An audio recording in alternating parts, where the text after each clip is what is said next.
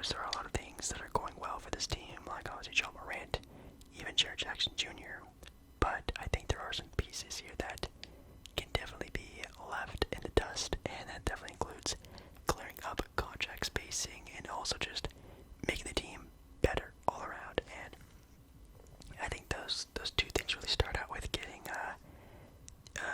even though I love this guy as a guy, definitely Steven Adams and also Anderson. Kind of need to get Kyle Anderson out of here. Now I know he is a free agent, but I definitely want to get something back for his value right now because I'm not going to be re-signing him at all to the team. And knowing, as we can see here, Memphis having a lot of first-round picks, it looks like we can sort of maybe entice a team on taking Kyle Anderson for maybe a first-round pick. I don't know. Knowing Memphis, they definitely need some sort of, starting caliber wing player to play alongside John Morant. Dylan Brooks is a great player. He's definitely, coming to be a very reliable option, but definitely getting another player like that would be very good. And obviously, there's some very fake-looking trades like this one for Mitchell Robinson and Evan Fournier to the Knicks. That one's kind of weird. And also the one back there with Miles Bridges. Don't really think the Hornets would trade Bridges for Kyle Anderson, even with a first-round pick. And as you guys know, I really try to make these first handful of trades, or even the first year of the rebuild, try to make it as somewhat realistic as possible, but can't really find any trades that are really enticing me a whole lot, or at least ones that just don't really make a whole lot of sense. So it looks like I might have to go out and find my own trade. And I do. And it's for a player that you might have not even thought of. It's Marvin Bagley. Yes. I'm trading Kyle Anderson and a first-round pick to the Kings for Marvin Bagley. Now hear me out. I feel like Marvin Bagley not only is a player that definitely needs a sort of new sight, a new, different sort of look on a team, and I think the Memphis Grizzlies could be really good. And I really, really, really like the idea of making Jaren Jackson Jr. our starting center to replace Steven Adams, moving Marvin Bagley maybe even to the starting position. Also, D'Anthony Melton, definitely not a bad player, and actually a good pickup in real life for the Memphis Grizzlies. If you guys know me and my rebuilds, I hate paying my bench players a lot of money, and $8 million off the bench is kind of a lot. So, just clearing up some books here, getting some value back in return. And as I said before, with getting Bagley, making the starting power forward, also moving Jaren Jackson Jr. to the starting center position, I will be trading away Steven Adams. This dude has such a big, lengthy contract, and knowing we need a wing, a starting wing, this isn't a very realistic trade, but you know what, maybe the Nets need some more interior, presence. Steven Adams is definitely that, and we get Joe Harris to spread the court a little bit more for the Memphis Grizzlies team. Not bad, I would say.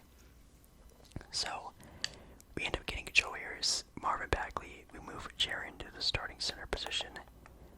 Not bad, I think. I think this is pretty okay. I think our team is a little bit more all-around now. Definitely, I would say, some upgrades. I don't know. Joe Harris is definitely more. I know people will probably freaking out about Joe Harris. This is just a filler trade. I'm definitely going to be using him as trade bait for maybe a different player, a better fit guy. I have no idea, but as you can see, we are not doing great. But the Kawhi-less LA Clipper team seems to be doing pretty well for themselves, and even the Golden State Warriors too, with Klay Thompson being back halfway through the season. Well, All-Star break, I bring them back, but they're doing pretty well. The Lakers are actually getting a pretty good break in this simulation. Sometimes the Lakers do really, really, really bad in the 2K sim. But yeah, we are, 11th, I think it says, 10th, 11th, I don't know. Not bad, definitely where we probably should be in that sort of bottom tier playoff hunting teams, but nothing too crazy, I would say. Oh wow, this actually might be one of the most realistic rebuilds I've done in quite some time, standings-wise, but then we also have the Washington Wizards in a playoff position.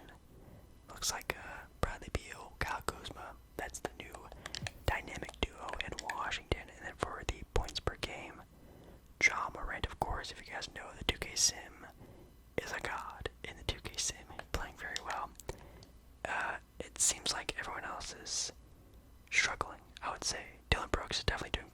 himself. But man, even Joe Harris not even really shooting all that well from three. He's usually over 40% three-point shooter. Not even doing that for us. Definitely not where we need to be. We definitely need to pick it up the second half of the season, because as of right now, we are not even in a playoff play-in scenario. So, speaking about upgrading the team, I said Joe Harris was just a filler guy, and I think maybe getting a player who, instead of just being a spot-up shooter, can really help put the ball on the floor and create his own shot, get a basket whenever we need it. So therefore, I'm getting TJ Warren to the squad, and although again, not the most realistic trade, I mean, getting 2 second-round picks, some draft assets, and a pretty decent spot-up shooter to surround around Sabonis doesn't seem that bad of an idea, not gonna lie, but hey, it is what it is. So, simulating the second half of the season, crossing our fingers for some good luck. You can see at the top right-hand corner our conference spot, and oh my god, I don't know if you guys saw there, but we jumped from like the 6th seed down to the 11th seed so fast. That was like 1 or 2 games, and we were out. Oh my god. Yeah, that really sucks. That's really annoying. I mean, I think our team is good enough to make the playoffs, even though I didn't really make any big time changes. I usually really don't try to do, anything too crazy to really start off the rebuilds. But you know what? It is what it is. We weren't even, a title contending team at all this year. So let's actually see. Are you joking? So wait, so if it's all a tie, I think it might depend on like our conference, rating or something. For some reason, even though we're all tied, we were the odd man out on getting a play-in spot for some reason. It might be our conference ranking or something. I don't know, but anyways, we're the odd man out. That's really annoying, actually. It's so close from just being from here to like, what was that, like the 7th or 6th seed? Like, it was all very close, but again, we're not even a title contender yet. I think it's not the end of the world that we missed the playoffs this year. But simulating the playing games, we have the Utah Jazz and the Lakers making their way onto the scene, and then over in the East, we have the Miami Heat and the Chicago Bulls, with the Bulls actually winning another game against the Wizards, and the Heat making it. It's the 8 seed. Simulating the first round, it looks like we don't really get big time upsets. Actually, this is actually a pretty darn realistic sort of playoff series. I mean, even with Portland losing to Denver in the first round, that's definitely pretty realistic, I would say.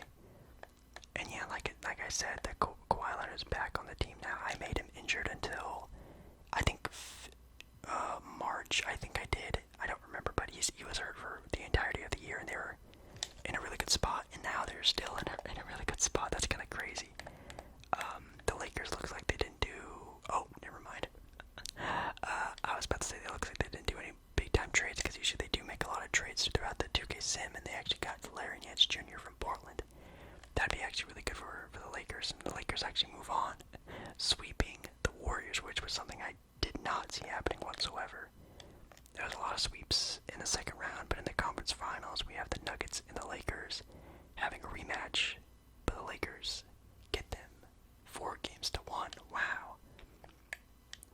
Again, for some reason, the 2K sim engine either super duper loves the Lakers or will make them a bottom feeder draft team. Looks like they're liking them so far this year. Can it continue? Let's see. Oh. Game 7. Giannis Antetokounmpo and the Milwaukee Bucks are your back-to-back NBA Finals champions, with Russell Westbrook having a pretty crappy Game 7 and losing pretty closely to the Milwaukee Bucks. Wow, that's pretty great. That's pretty cool, actually. You definitely don't really see that a whole lot. You definitely see a lot of randomness whenever doing these 2K sim engines.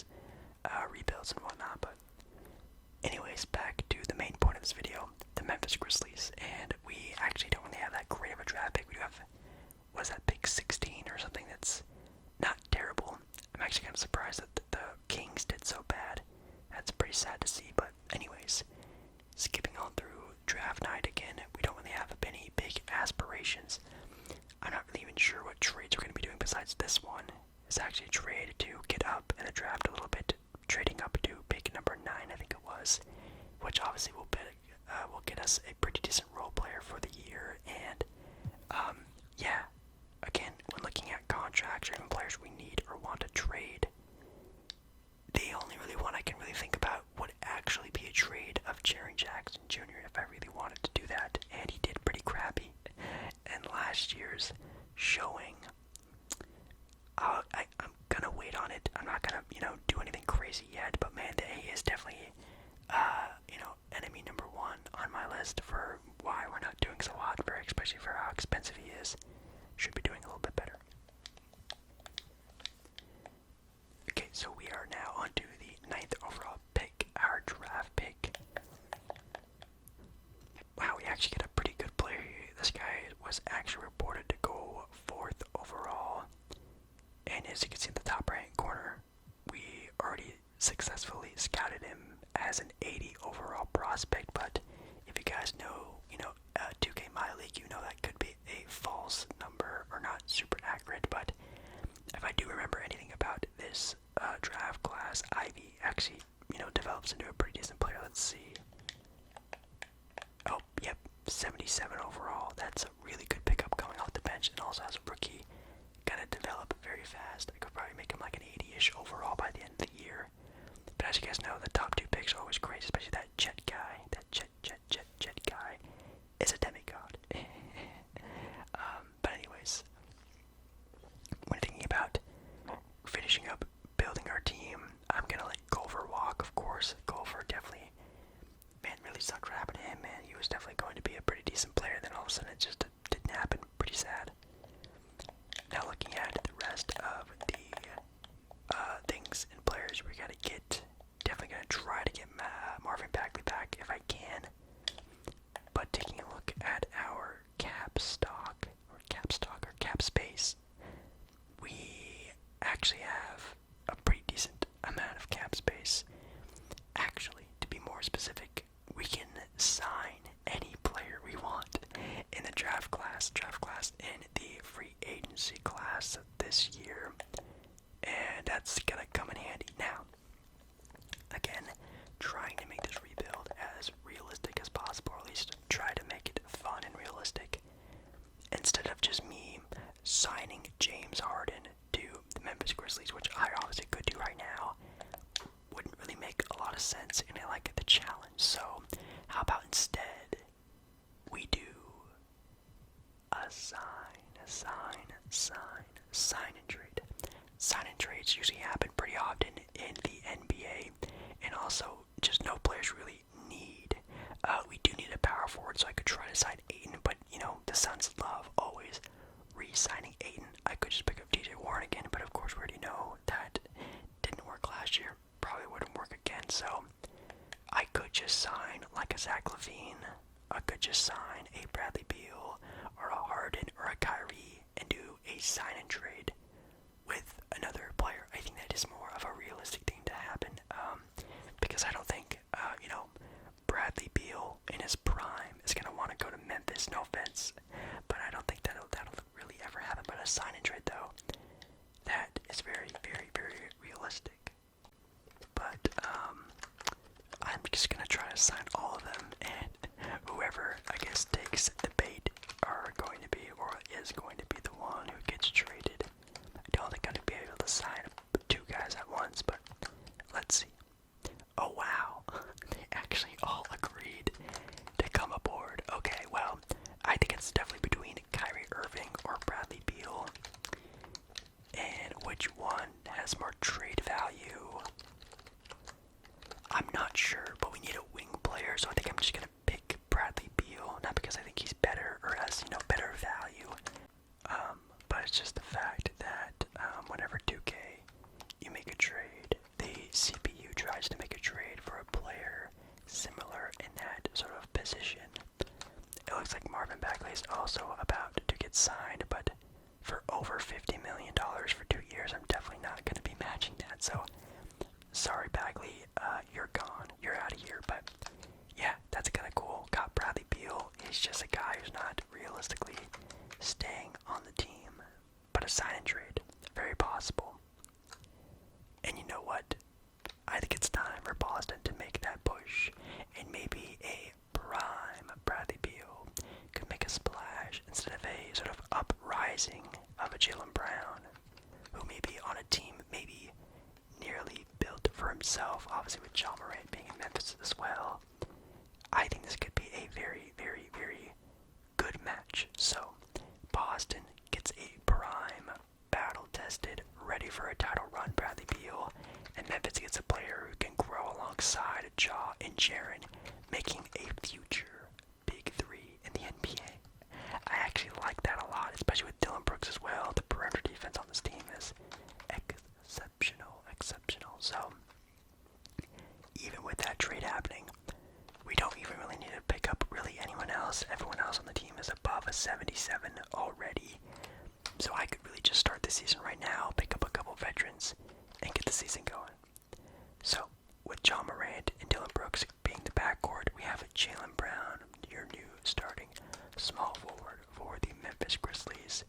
And then I got Brandon Clark making his starting debut with Marvin Bagley leaving, and of course Jaren at the center position, and then basically the same bench we had last year, just more developed, more ready, and our big-time rookie coming off the bench as well. Definitely not bad at all. And we are definitely hopefully gonna have some better luck than we did in last year's simulation. We didn't even make the playoffs. I think we're definitely playoff bound this year, especially with the progression of John Morant already being in over 90 overall. I feel like Jaylen Brown should also be over 90 overall. I don't know what they were doing in Boston, but I feel like he should be just a little bit better than what he is. But we'll get him there. So just simulating to the halfway point again in the season, and hopefully just having a little bit more luck. And as you can tell, we do. We're the number 1 seed in the Western Conference. I'm just showing you guys that's just like the regular, no cheating, 50 simulator difficulty. And yeah, of course the Pelicans are right behind us because the Pelicans are getting our 2K go hand in hand for some reason. But other than that, nothing too crazy. The Wolves are looking pretty good for some reason. Don't know why. The Clippers are still down there as well. Oh my God, Portland. Oh wow. Portland's actually the worst team in the NBA record-wise. Yeah, Damian. I think it's about time, Damian, you get out of there. What even is that team? Jeez, that's just atrocious. Anyway, us being the number 1 seed in the East, we have actually the Atlanta Hawks being the number 1 team in the East. Not looking like they're doing anything different, it seems. Kind of surprised. Interesting. Well, with us being the number 1 seed, we should also check out the stats for the guys. Wow, John Morant's a 93 overall. Not so much of the scoring guy that we needed him to be last year, now adding in Jaylen Brown, but still being very, very, very, very productive as well. And everyone else is also doing really good. Obviously a very good team game over there in Memphis nowadays. We're looking pretty good. Are we good enough to win a title? I'm gonna say no. I still think we're probably a year or 2 away, but you guys know in these rebuilds, it's either my goal to A, obviously win a title, or B, set up the team for the best scenario besides winning a title. And I think this team set for the future is absolutely amazing. So, anyways, taking a look at some of the awards for the second and last year of the rebuild. Definitely no one crazy. We actually have Shea winning most improved player, not bad. Anyone else on the All-NBA teams that are weird? Wow, Shea actually made All-NBA second team alongside Julius Randle. Zach LaVine, which, hey, maybe is a player that we should have kept on the team. I don't know.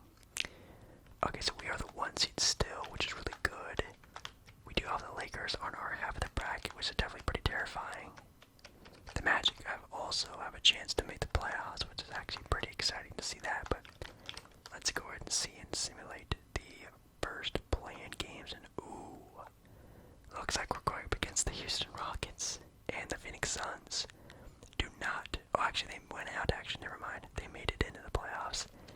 And over in the East, we have the Miami Heat and the Toronto Raptors making it in. Thank God that the Rockets won. No offense to any Rockets fans out there, but definitely the easier the teams are in the play-in games. And hopefully we can just take care of these guys very, very, very, very, very fast, very fast. But it looks like we're about to gentlemen sweep them, maybe. Hopefully, yes. Gentlemen sweep of 4 games to 1, not bad. Jaren Jackson Jr. actually having a pretty decent outing, it seems.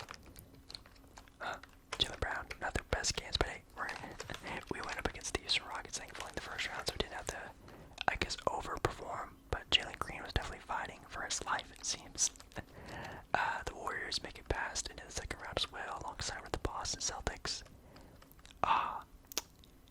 Dallas almost gave us a little helping hand there, taking care of the LA Lakers, but looks like we're gonna have to go against them in the second round. I don't think we're good enough to beat this team, so if we lose, we lose. I don't care, but if we win, that would be probably the best accomplishment so far in this video. But let's actually take a look if we can even take care of this team here. And yeah, we're already down in the first game. As long as we don't play too terribly bad, I won't be that upset again. I don't think his team is good enough to win a title. I just don't think our star power is there yet. If anything, if I was just doing like a non-sort of realistic style of rebuild, definitely would be trading Jaren Jackson Jr. That would probably be my first thing I would do. Okay, we didn't go down 3-1, which is usually the worst thing we could possibly do. Come on, come on. Yes, okay, game 6. Can we close it?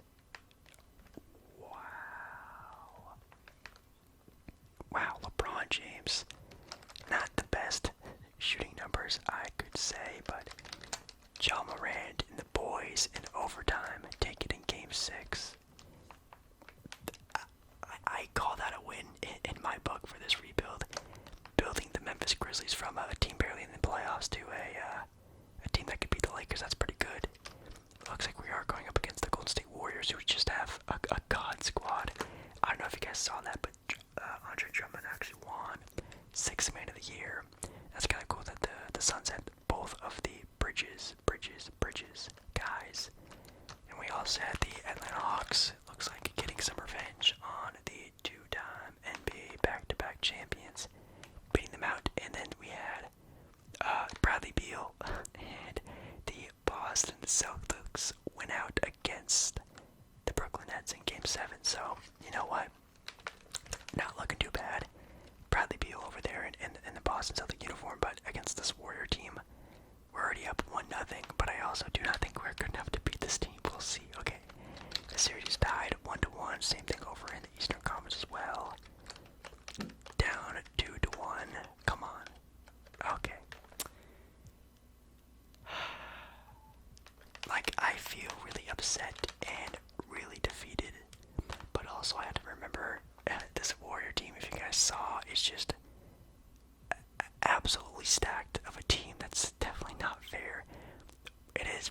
We're down in game 6, and okay, well, we add another L to my sort of win-loss ratio in 2K rebuilds.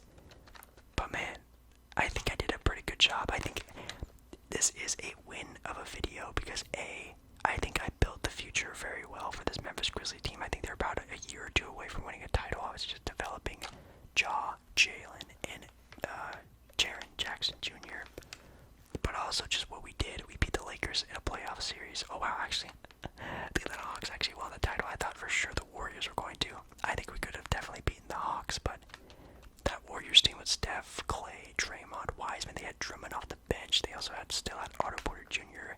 The development of Kuminga and Moses Moody. I mean, that team is really hard to beat, not gonna lie. But anyways, I call this video a successful video, but let me know down in the comments what team I should rebuild or retool next. Maybe, I don't know, the Boston Celtics or some team